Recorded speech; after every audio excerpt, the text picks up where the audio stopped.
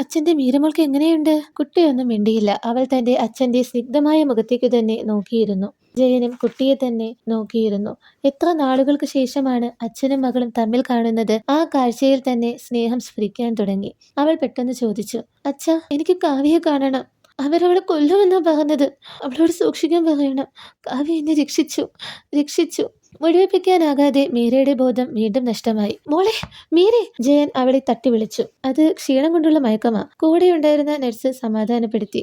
എന്ത് ക്ഷീണം? 2 മാസം ഉറങ്ങുമല്ലായിരുന്നോ? നിങ്ങൾ പറഞ്ഞ എന്തോ മരുന്ന് കഴിച്ചാൽ തൽക്കാലത്തേക്ക് എത്രയോ നിമിഷത്തേക്ക് ബോധം വരുമെന്ന് പറഞ്ഞിട്ട് ജയൻ പരിഭ്രമിച്ചു. ആ, ബോധം വന്നല്ലോ, നഴ്സ് ചോദിച്ചു. എന്നാൽ അതിനുവേണ്ടി എനിക്ക് ആ മരുന്ന് വാങ്ങാൻ കഴിഞ്ഞില്ല. പക്ഷേ എന്റെ മകൾ കണ്ണു തുറന്നു. ആ മരുന്ന് എന്ത് തന്നെയായിരുന്നാലും തന്റെ ശരീരത്തിൽ അത് പ്രവർത്തിക്കാതെ തന്നെ അവൾ കണ്ണു തുറന്നു. അയാൾ ഒരു സംതൃപ്തിയോടെ പറഞ്ഞു. സോറി മിസ്റ്റർ ജയൻ, നിങ്ങൾക്ക് എന്തെങ്കിലും തെറ്റിദ്ധാരണ ഉണ്ടായതാകാനാ സാധ്യത. മീര ജയമോഹന് വേണ്ട മെഡിസിൻസും മറ്റു കാര്യങ്ങളും ദാമോദർസ് കമ്പനി സ്പോൺസർ ചെയ്തു കഴിഞ്ഞു. ഇവിടെ പേപ്പേഴ്സിൽ സൈൻ ചെയ്തിരിക്കുന്നത് മിസ്സിസ് ദീപ്തി സുരേഷ് ആണ്. കാവ്യമോൾക്ക് വേണ്ടിയെന്ന് പ്രത്യേകം ചേർത്തിട്ടുണ്ട്. നഴ്സ് പറഞ്ഞു നിർത്തിയപ്പോൾ ജയൻ ആ കടലാസ് വാങ്ങി നോക്കി.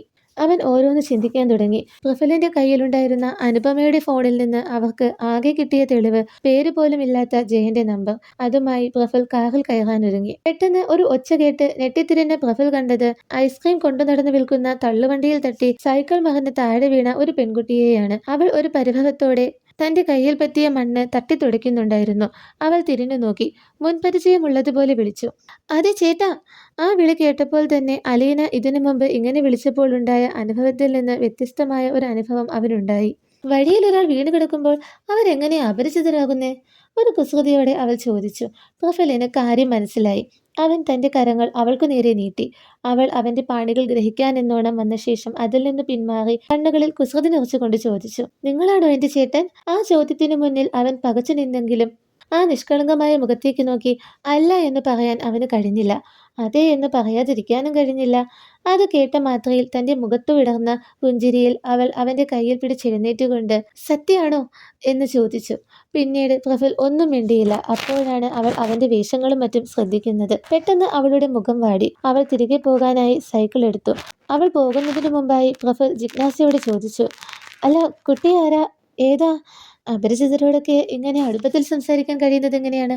അത് കേട്ട് ഒരു നിമിഷം അവൾ നിന്നു. എന്നിട്ട് തിരിഞ്ഞു നോക്കാതെ പറഞ്ഞു, ഞാൻ സാനിയ, പ്രേംപുര വിദ്യാമന്ദിറിൽ 1ാം വർഷ വിദ്യാർത്ഥിനി. നമ്മൾ പ്രേംപുരയെ ആത്മബന്ധത്തിന്റെ വിദ്യാലയമായി കണക്കാക്കുന്നവരാണ്. പുറമെ നിന്നുള്ളവർ കരുതും ഇത് പ്രണയത്തിന്റെ നാടാണ്. അല്ല, ഇത് സ്നേഹത്തിന്റെ നാടാണ്. ഇവിടെ വരുന്ന ആരും നമ്മുടെ ബന്ധുക്കളാണ്. ഇത്രയും പറഞ്ഞപ്പോഴേക്കും അവളുടെ സ്വരം അടഞ്ഞതുപോലെയായി. തൊണ്ടക്കുഴിയിൽ വിതുമ്പൽ കെട്ടി നിൽക്കുന്നു. പ്രഫുൽ ആകെ പരിഭ്രമിച്ചു പോയി. ഞാൻ നിന്റെ ചേട്ടനാണെന്ന് പറഞ്ഞല്ലോ, അവൻ ചോദിച്ചു. പക്ഷേ അനിയത്തിയാകാനുള്ള യോഗ്യത എനിക്കില്ല. ഇത്രമാത്രം പറഞ്ഞുകൊണ്ട് ഒരു നിമിഷം വൈകിക്കാതെ കരഞ്ഞുകൊണ്ട് അവൾ സൈക്കിളിൽ കയറിപ്പോയി. ഇതിനെല്ലാം സാക്ഷിയായി നിന്ന ഐസ്ക്രീം കച്ചവടക്കാരൻ സാനിയയുടെ ചേട്ടനെ ചെറുപ്പത്തിൽ കാണാതായതാണെന്നും അന്നു മുതൽ മകനെ കാണാതെ വിഷമിക്കുന്ന അമ്മയുടെ വേദന കണ്ടുകൊണ്ട് വളർന്ന അവൾ ചേട്ടനെക്കുറിച്ച് ഓർമ്മയൊന്നുമില്ലാഞ്ഞിട്ടുകൂടി അദ്ദേഹത്തെ കണ്ടുപിടിക്കണമെന്ന ചിന്തയിൽ നടക്കുകയാണെന്നും പറഞ്ഞു. ഇതേ സമയം ഇളം റോസ് നിറമുള്ള ലേഡി ബേർഡ് സൈക്കിളുമായി വെളുത്ത ചുരിദാർ ധരിച്ച് സുന്ദരിയായ ഒരു പെൺകുട്ടി പിന്നിൽ തന്റെ അനുജനെയും ഇരുത്തിക്കൊണ്ട് സുന്ദരമായ ആംഗ്യശൈലിയിൽ അല്ലെങ്കിൽ ഭാവശൈലിയിൽ ഓരോന്ന് പറഞ്ഞിങ്ങനെ വരികയാണ്. പ്രേംപുരയിൽ സ്നേഹസാന്ദ്രമായി ഇലകളെയും പൂക്കളെയും തലോടിയെത്തുന്ന കാറ്റ് അവളുടെ മുടിയിഴകൾക്കിടയിലൂടെ തഴുകിയപ്പോൾ അവ പാറിപ്പറക്കാൻ തുടങ്ങി.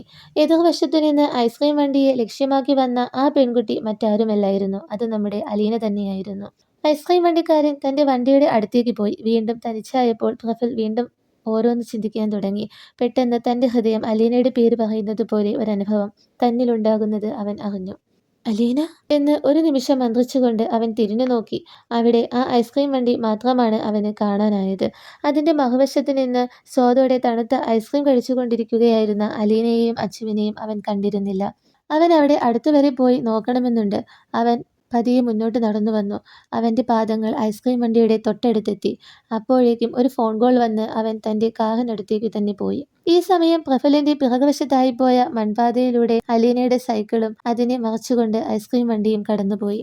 ഫോൺ കട്ട് ചെയ്ത് തിരിഞ്ഞു നോക്കിയ പ്രഫുൽ ഒരു നിമിഷം പകച്ചു നിന്നുപോയി. അല്ല, ഇവിടെ ഉണ്ടായിരുന്ന അയാൾ എവിടെ പോയി എന്ന് സ്വയം ചോദിച്ചു. പിന്നെ ഒന്നും ശ്രദ്ധിക്കാതെ തന്റെ കാറിൽ കയറി. അവിടെ നിന്ന് പ്രേംപുരയുടെ ഉള്ളിലേക്ക് യാത്ര തുടർന്നു. ഇതേ സമയം ദാമോദർ വീടിന്റെ വാതിൽക്കൽ വന്നു നിന്ന് നന്ദിയോടെയും അതേസമയം കുറ്റബോധത്തോടെയും ഒരാൾ നോക്കുന്നുണ്ടായിരുന്നു. മറ്റാരുമല്ല, മീരയുടെ അച്ഛനായ ജയനായിരുന്നു അത്. അയാൾ അങ്ങനെ നോക്കി നിൽക്കുമ്പോൾ ആടിയുലയുന്ന ഷാൻലിയറിന് താഴെ ഒന്നും അറിയാതെ നിൽക്കുകയാണ് കാവ്യ.